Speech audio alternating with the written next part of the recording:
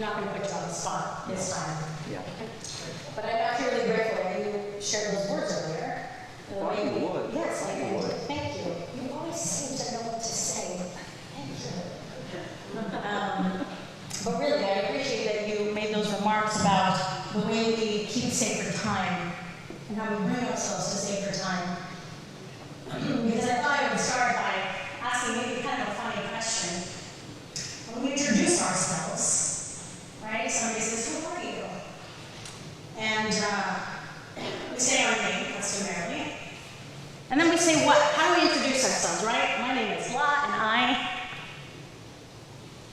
We should talk about our profession, right? What we do for a living. It's kind of interesting. And that got me thinking, what would it feel like? What would it sound like? What would it look like if we said our name? Because our name does have a lot of meaning in it. And then talk about who we are in that moment in our life's journey. So I thought about it and, I don't know. Perhaps I would say I'm a caring parent. I value honesty and integrity. I carve sacred Jewish time for my religious nourishment. I believe in responsible leadership. I'm motivated by love and creating significance. This, of course, is just an example, and I could go on and on.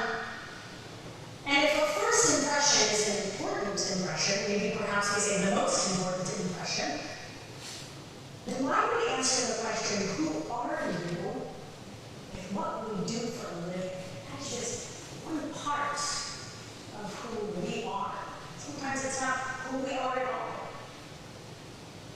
So perhaps one reason we don't do this is because we aren't accustomed to having our finger on the pulse, if you will, and constantly asking ourselves who we are in our life's journey in every moment.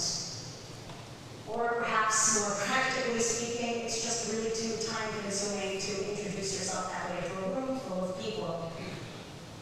Whatever the reason is, I'd like to suggest that even if we don't answer this question out of the depths of our souls out loud, we should be mindful about generating those answers for ourselves on a frequent basis.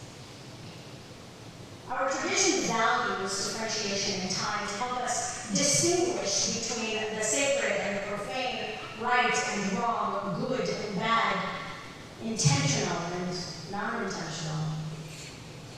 Because it is in that sacred space between the two opposites that we do the most significant work possible. And it is in that space that we create the most change and cultivate the most meaningful growth. And it is in that sliver of space that grounds us, and I would go so far as to say helps us find holiness. As we've been examining the book of Leviticus in the last few weeks, we know that it deals with laws around the sanctuary, and particularly in Shabbat and this week's Torah portion, we learn about the lives and the sacrifices the priests of the temple must make. Furthermore, Shabbat and journeys us through the sacred time of the Jewish calendar, Shabbat, Rosh Hashanah, Yom Kippur, our free pilgrimage holidays, Pesach, Shavuot, and Sukkot. And the entire parasha guides the way we should separate, make different, and create distinct time. But the last chapter, chapter 24 of this Torah portion, grabs our attention because it has a totally different feel. Leviticus is a law code, unlike Genesis and Exodus, which reads in narrative form. And suddenly we're interrupted from the legal code and presented with a pretty difficult story. And it is only one of two stories that appear in the book of Leviticus.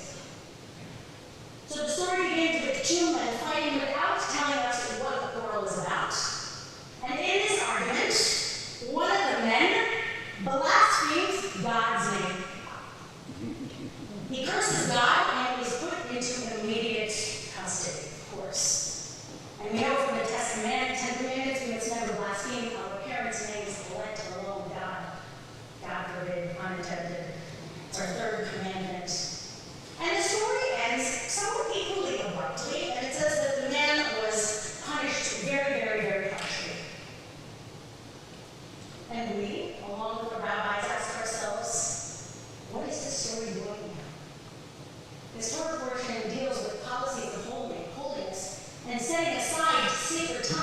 and it ends with a narrative and a punitive on that, the text almost seems displaced, both in genre and in content.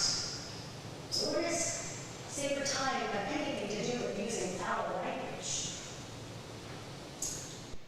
In order to understand the ending of this Torah portion, we go back and look at the first two books of our Torah. Exodus ends with the way Genesis begins, with an act of creation. Genesis begins with God's creation of the world, and Exodus begins with the Israelites' creation of the sanctuary, essentially the universe, but in miniature. Both beginnings are acts of constructive creations. In Genesis, God creates order and then gives human beings free will, which quickly turns to chaos.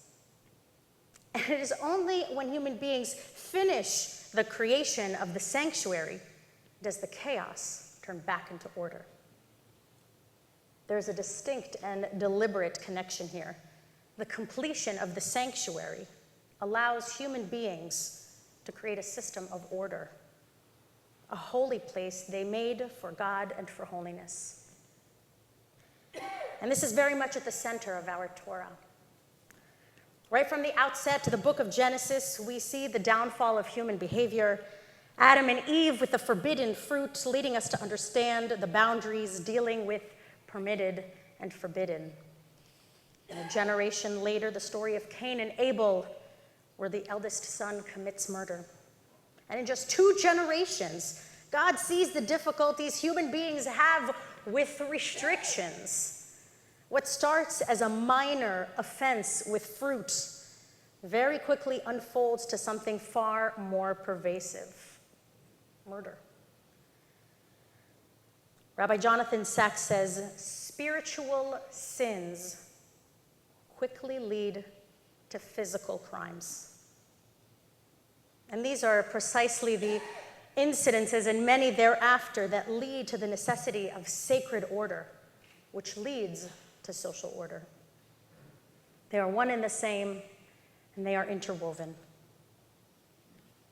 I'd like to circle back for a moment to our blasphemer.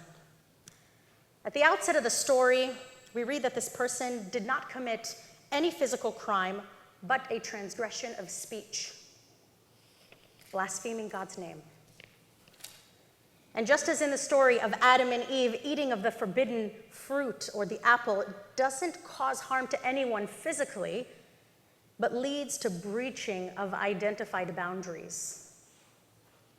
What leads our blasphemer or our forbidden apple eaters to transgress in the first place? The sins that occur are a result of inner turmoil. People don't sin because they are inherently bad. They don't transgress because they are inherently wanting to cause harm. People do bad things when there is unrest within themselves. Our parsha helps us identify ways in which we can create more goodness and righteousness in ourselves through acts of holiness and time. Creating a sacred time and carving distinct boundaries is really meaningful work. It helps guide us on a righteous path. Because when we are not whole on the inside, when we do not feel that we have a sense of balance, a sense of equilibrium, it leads to corruption and immorality and sometimes dangerous acts.